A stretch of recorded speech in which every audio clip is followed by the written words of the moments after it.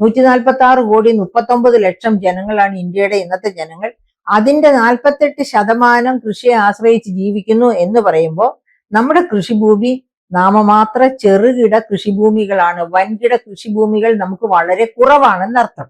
അപ്പോ സ്വാമിനാഥൻ റിപ്പോർട്ടിൽ പറഞ്ഞത് ഈ നാമമാത്ര ചെറുകിട കർഷകരെ സഹായിക്കാനായിട്ട്, വൻകിട ഉണ്ടെങ്കിൽ അവരെയും സഹായിക്കാനായിട്ട് മിനിമം സപ്പോർട്ട് പ്രൈസ് ഏറ്റവും പ്രധാനപ്പെട്ട 24 വിളകൾക്ക് കൊടുക്കണമെന്നാണ് അദ്ദേഹം, ഏറ്റവും പ്രധാനപ്പെട്ട വിളകൾക്ക് കൊടുക്കണമെന്നാണ് അദ്ദേഹം പറഞ്ഞത്. പിന്നെ ഒരു കമ്മിറ്റി, ആ കമ്മിറ്റി തന്നെ കൂടി ആ 24 വിളകളെ തീരുമാനിക്കുന്നു.